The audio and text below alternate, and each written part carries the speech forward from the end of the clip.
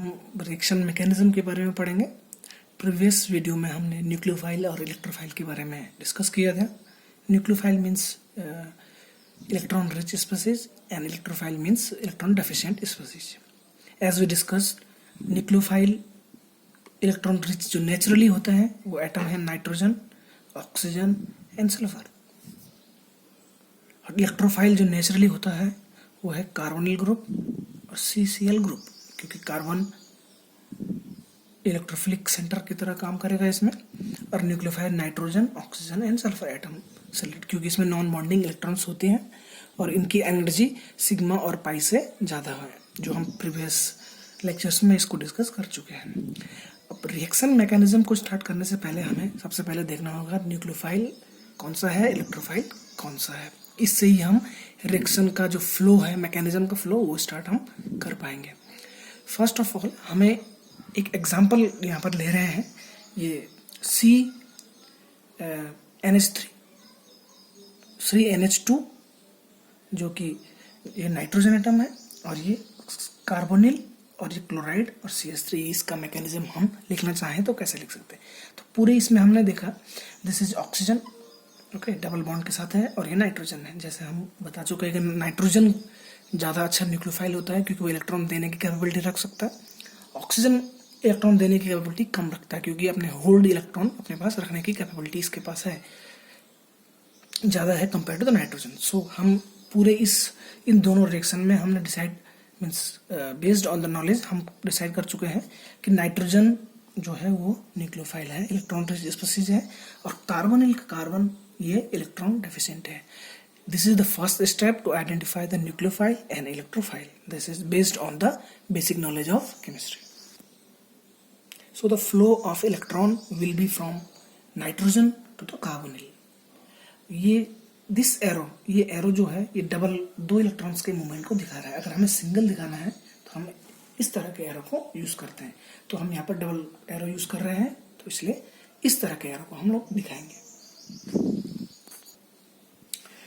तो N और carbon के बीच में जो न्यूक्लियोफिलिक इलेक्ट्रोफिलिक जो शेयरिंग ना बोल इलेक्ट्रॉन डोनेशन हो रहा है, उससे ही हमारा कार्बन और नाइट्रोजन बॉन्ड बनेगा। अब इसको बनने के लिए पहले इसके साथ बॉन्ड बनाना पड़ेगा, then intermediate and then product. हम देखते हैं कि इसका इंटरमीडिएट क्या होगा। इस तरह का इंटरमीडिएट बनेगा जिसमें कार्बन और नाइट्रोजन एक बॉन्ड बना रहे हैं। अब हम इसकी वैलेंसी को चेक करेंगे जो इंटरमीडिएट है। कार्बन की वैलेंसी 4 होती है, 1 2 3 4 5। इसका मतलब वैलेंसी ज़्यादा है, इसके 4 बॉन्ड बनाने की कैपेबिलिटी, लेकिन ये 5 बना रहा है। इसका मतलब ये इलेक्ट्रॉन डेफिशिएंट हो गया, बॉन्ड ज़्यादा है।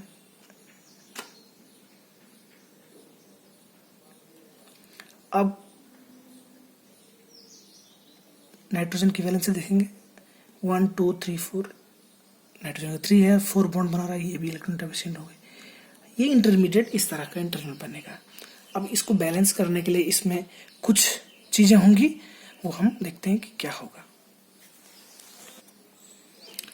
ये जो कार्बन ऑक्सीजन बॉन्ड है, ये बॉन्ड 5 बॉन्ड बन गए इसमें, तो एक बॉन्ड को ये ऑक्सीजन अपने पास ले लेता है और ये डबल बॉन्ड सिंगल बॉन्ड में बन जाएगा, तो ये न्यूट्रल हो जाएगा। और नाइट्रोजन के पास जो हाइड्रोजन है वो लीव कर जाएगा और यहाँ पर ये आयन हट जाएगा। अब इसमें किस तरह का इंटरमीडिएट होगा हम देखते हैं। अब इंटरमीडिएट जो बना है उसमें ये एक माइनस चार्ज रहेगा इसमें पूरे इंटरमीडिएट में, और ये बैलेंस हो गया एक हाइड्रोजन के थ्रू, और हाइड्रोजन इधर आ चुका है ना। अब इसको बैलेंस होने के लिए इस इंटरमीडिएट को चार्ज लेस बनाना होगा हम लोगों को। तो इसके लिए ये अपने ही चार्ज को इस बॉन्ड में मूव कर जाता है। ओके, अब देखते हैं इसका स्ट्रक्चर क्या हो जाता है। और ये यहाँ पर फिर से डबल बॉन्ड हो गया। अब इसको स्टेबलाइज करने के लिए इन बॉन्ड्स में से किसी को टूटना होगा। तो अब देखते हैं कि किसको ब्रेक होना होगा। फर्स्ट अब हम एनालाइज करते हैं कि लेफ्ट साइड से इस बॉन्ड को देखते हैं। ये कार्बन कार्बन बॉन्ड है जो कि स्ट्रॉन्ग बॉन्ड है, टूट नहीं सकता क्योंकि कार्बन कार्बन न्यूट्रल है और इसके अंदर पोलराइजेशन नहीं है, तो इसके टूटने की प्रोबेबिलिटी नहीं है। ये बॉन्ड इसको देखें, ये बॉन्ड अभी बना है, डबल बॉन्ड है, स्ट्रॉन्ग बॉन्ड है सिंगल से, तो ये टूट नहीं सकता।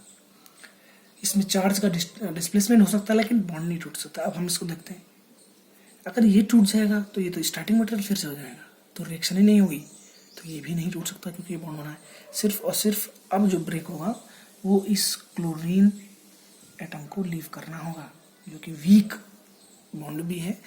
और अब ये बॉन्ड, ये इलेक्ट्रॉन्स, जो बॉन्ड के इलेक्ट्रॉन है क्लोरीन ले लेगा, क्लोरीन के, क्योंकि क्लोरीन इलेक्ट्रोनेगेटिव एलिमेंट है और साइज भी बड़ा है और गुड लिविंग ग्रुप हो गया अपने आप, क्योंकि एक क्लोरीन जो इस डबल बॉन्ड के, सिंगल बॉन्ड के जो इलेक्ट्रॉन्स है उनको एक्सेप्ट कर रहा है और क्लोरीन माइनस लीव कर गया। अब जो H यहाँ से लिया था इसके साथ ये HCl बनाएगा और फिर ये, अब इसको देखते हैं कि प्रोडक्ट किस तरह का बन रहा है। तो अब इस तरह का एक प्रोडक्ट बन गया है और जो न्यू बॉन्ड बना है वो कार्बन और नाइट्रोजन के बीच बना है और NH, जो कि एमाइड बॉन्ड के नाम से हम लोग जानते हैं। सारी रिएक्शन मैकेनिज्म एक इंटरमीडिएट के थ्रू होती है और इंटरमीडिएट में चार्ज होता है। चार्ज बॉन्ड्स के, अगर उस बॉन्ड के जैसे 4 उसकी वैलेंसी और 5 बॉन्ड बना रहा है तो उसको हम प्लस कंसिडर करते हैं, कम है तो उसको माइनस। उस तरह के चार्ज करने से, चार्ज को स्टेबलाइज करने पर एक प्रोडक्ट मिल जाता है जो फाइनल प्रोडक्ट की तरफ हमें इस रिएक्शन को प्रोसीड करता है। इस रिएक्शन में 2 इंटरमीडिएट के थ्रू ये रिएक्शन हुई है और फाइनली एमाइड प्रोडक्ट बन चुका है। ये जो हमने अभी डेमोन्स्ट्रेट किया, जो वो इस तरह की रिएक्शन को हमने दिखाया है और फाइनल प्रोडक्ट हमारा एमाइड था।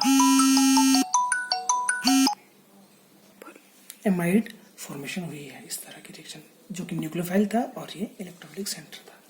मुझे एक बात कंक्लूड करनी है इसमें, अगर ये क्लोरीन नहीं होता, इसमें अगर CH3 होता तो ये रिएक्शन नहीं होती। जो इंटरमीडिएट मैं दिखा रहा था इसमें, वो नाइट्रोजन, फिर बॉन्ड टूटने की बात आती है, ये भी स्ट्रॉन्ग, ये भी स्ट्रॉन्ग, ये भी स्ट्रॉन्ग, तो इसको ही रिवर्स हो जाती है वो रिएक्शन और एक कार्बोनिल और अमीन अलग हो जाते हैं।